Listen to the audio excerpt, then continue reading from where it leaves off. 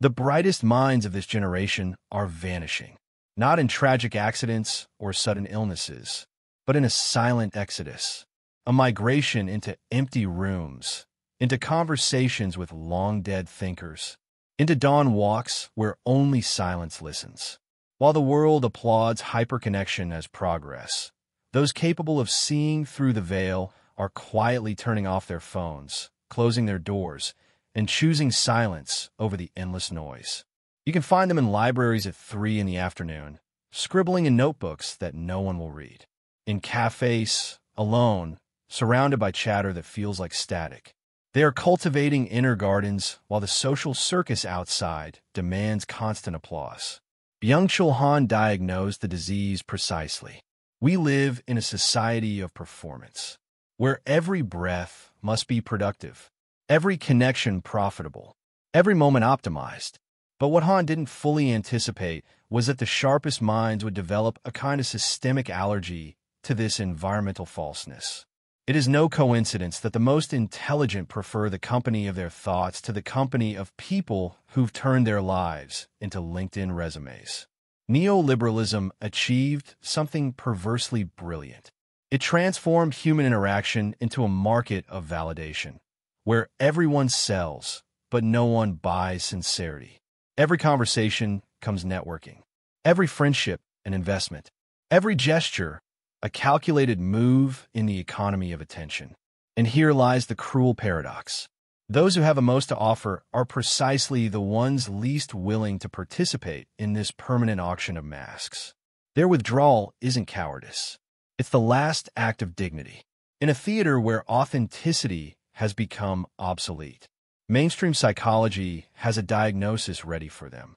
Social anxiety disorder, introverted dysfunction, deficiency of interpersonal skills. The manual says their isolation is a symptom of maladaptation, that they need cognitive behavioral therapy to integrate better, that there are workshops to teach assertive communication and apps to make new friends. The wellness market profits from selling the illusion that these misfits must be fixed, as if the problem were their inability to play the game, and not the rottenness of the game itself. The gurus of personal development insist the problem is you, your negative mindset, your comfort zone, your resistance to change. You should be out there building your personal brand, expanding your network, monetizing your passions. The solitude of the intelligent is seen as failure, as unproductivity, as wasted social capital. Every hour spent alone is cataloged as a missed opportunity to generate engagement, to accumulate influence, to transform depth into metrics of vanity. But this narrative hides an uncomfortable truth. The system desperately needs everyone to believe that the problem lies within those who isolate themselves. Because if we began to ask why the sharpest minds perceive every social event as a theater of inflated egos, why small talk feels like cognitive torture, why their search for meaning collides violently with conversations about weather and reality shows, then the entire house of cards would tremble. It's far more profitable to sell social integration courses than to admit that sociability itself has been corrupted, that it's become a competition of superficiality, where depth is punished with incomprehension and exile. Byung-Chul Han unraveled the invisible architecture of our age. Neoliberalism didn't need tanks or prisons to domesticate us. It only needed to turn every aspect of life into a metric of performance. The society of fatigue, he describes, is not the result of physical overwork, but of psychic exhaustion, the fatigue of constantly performing an optimized version of the self. Every social encounter has become an endless audition where everyone is both judge and contestant, evaluating and being evaluated in an infinite spiral of comparison and competition. But there's something the system secretly celebrates. The exodus of brilliant minds into solitude is not collateral damage. It's a strategic victory. Neoliberalism doesn't want critical intelligence. It wants obedient productivity. It doesn't seek thinkers. It seeks enthusiastic executors. Sharp minds are a threat. to a system that thrives on obedience disguised as freedom. They are hard to manipulate, immune to empty slogans, resistant to emotional programming.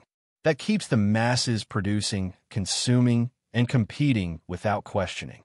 So the system developed a brilliant mechanism of neutralization. It pathologized lucidity. Those who see through the veil are labeled maladjusted, antisocial, problematic. Their refusal to participate in the social theater is not read as a sign of superior intelligence, but as psychological deficiency. Neoliberalism achieved something perverse. It turned mental clarity into social stigma. Now, being too intelligent to swallow the collective lie is diagnosed as social anxiety, autism spectrum disorder, or simply strangeness. When the system detects a mind it cannot manipulate, it activates a subtle but devastating protocol: induced isolation. First, it makes their ideas seem incomprehensible to the majority, creating a linguistic barrier between depth and surface. Then it surrounds them with people who find their intensity exhausting or pretentious. Gradually, every attempt at authentic connection is sabotaged by the fundamental incompatibility between those who see the matrix and those who live happily inside it. The result is predictable. Brilliant minds, tired of constantly translating themselves into a language that despises complexity, choose silence. The genius of the system lies in making this exclusion seem natural, almost Darwinian. If they can't adapt, it's their fault, says the dominant narrative, while hiding that adaptation requires voluntary lobotomy. The brilliant are pushed to the margins not by accident, but by design. Their isolation serves a dual purpose. It neutralizes them politically while serving as a warning to others. Look what happens when you think too much. You end up alone. Han identifies the perfect trap, the tyranny of positivity. Critical minds not only have to face a falsified world, but also the obligation to celebrate it. You can't point out hypocrisy without being labeled negative. You can't question the system without being called pessimistic. You can't reject the farce without being diagnosed as depressed. Neoliberalism shielded its control matrix with a layer of toxic positivity, so that any critique appears as personal pathology. Sensitive minds experience this totalization as existential suffocation, while others surf happily on the surface. They feel the weight of the water, the pressure in their lungs, the impossibility of breathing authenticity, in an atmosphere saturated with performance. But here lies the crucial revelation. Their maladaptation is not weakness, it is immune resistance. Like organisms rejecting an incompatible transplant, their very being refuses neoliberal programming. The system marginalizes them precisely because it cannot own them. Their solitude is not failure. It is the cost of preserving their ability to see the matrix from the outside. The consequences of this social engineering are devastating, but invisible. We have a silent epidemic of medicated minds. Geniuses numbed into conformity, brilliant souls working in jobs that despise their intelligence, natural philosophers scrolling Instagram at 3 a.m. because the real world has no place for their depth. The waste of human potential is criminal. The same minds that could solve civilizational crises are trapped in apartments, convinced that they are the problem. And, of course, the system has solutions to sell. Coaching programs that promise to turn introverts into social machines. Charisma courses teaching how to fake interest in empty conversations. Therapies that medicate lucidity with antidepressants that dull the very clarity. That makes them dangerous. Socialization apps that sell authentic connections, while algorithms decide who you can talk to. Corporate retreats disguised as team building that turn forced fun into psychological torture. But perhaps the cruelest distortion is how neoliberalism repackaged solitude itself as a product. Now they sell productive solitude, time alone to optimize yourself, to meditate through paid subscriptions, to journal for better performance. Even the refuge has been commodified. You can no longer simply be alone. You must be alone strategically, mindfully, profitably. The last frontier of resistance has been colonized and monetized. The most intelligent fall into a particularly sadistic trap. They begin to doubt their own perception. Maybe they are the problem. Maybe they should try harder to fit in. Maybe their inability to enjoy conversations about influencers and cryptocurrencies is a moral flaw. This systemic gaslighting drives them into compulsive self-improvement cycles, trying to repair something that was never broken, only incompatible with a sick world. The result is a generation of silenced geniuses, not by censorship, but by existential exhaustion. They tried everything, faking normality until burnout, seeking their tribe in digital spaces that turned out to be more theater, investing in relationships that drain them dry. Each failed attempt reinforces the narrative. You are the problem. And so, gradually, they accept exile, not as punishment, but as the only viable way to preserve what little remains of their uncolonized essence. But here comes the twist, one that Byung-Chul Han only intuited, one that perhaps even he could not foresee. What if the retreat of the brilliant into solitude is not defeat, but the most sophisticated form of resistance? Let's flip the lens. In a world where every space has been colonized by the market, where even breathing has become an opportunity for optimization, withdrawing from the game is not surrender. It is refusal, a refusal to legitimize a corrupt system through participation. It is the intellectual equivalent of an existential strike. The sharpest minds have developed what could be called cognitive immunity to the neoliberal virus, while the masses celebrate their own exploitation. Through motivational hashtags and productivity hacks, these few preserve something invaluable in their isolation: the ability to think without algorithms, to feel without metrics, to exist without audience. Their solitude is not emptiness, it is the last uncolonized space, the only territory where neoliberalism cannot enter, because it requires your consent to exist, and they simply refuse to give it. History offers the evidence. No revolution of thought was born in a corporate meeting. Einstein conceived relativity in solitude. Nietzsche philosophized in empty mountains. Virginia Woolf needed a room of her own. Solitude is not where ideas go to die. It's where they are born, unfiltered, uncontaminated, untouched by the deforming lens of social consensus. The brilliant minds who withdraw today are gestating the ideas that will transform tomorrow, precisely because they are uncorrupted by the noise of the neoliberal hive. There is something profoundly subversive in rejecting compulsive connectivity in an economy that feeds on your attention, your participation, your emotional data. To disconnect is sabotage.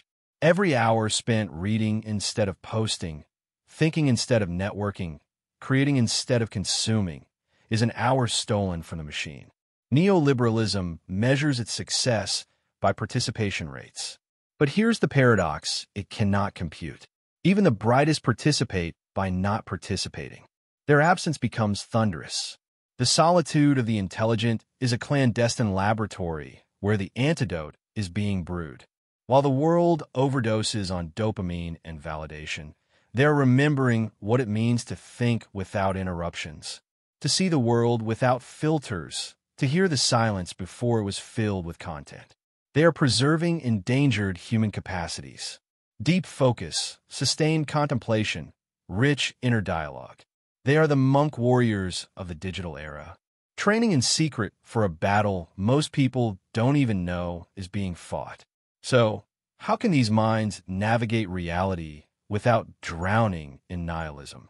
They are creating what could be called communities of deep resonance, selective spaces where authenticity is not performance but prerequisite, not social networks, but intimate conspiracies of lucidity. Reading circles in basements, long digital correspondences, phone-free gatherings. We're talking philosophy at 2 a.m. is not pretentious but vital. They are building intellectual arcs while the flood of superficiality drowns the rest. Some have discovered the power of strategic camouflage. They maintain a minimal social presence, like spies in enemy territory. They master the art of seeming normal just long enough to gain resources, opportunities, access, and then vanish back into their inner worlds. It is not hypocrisy. It is existential guerrilla. They use the tools of the system against the system itself, financing their mental freedom with surgical incursions into neoliberal reality. Others practice what Han might call the revolution of not doing.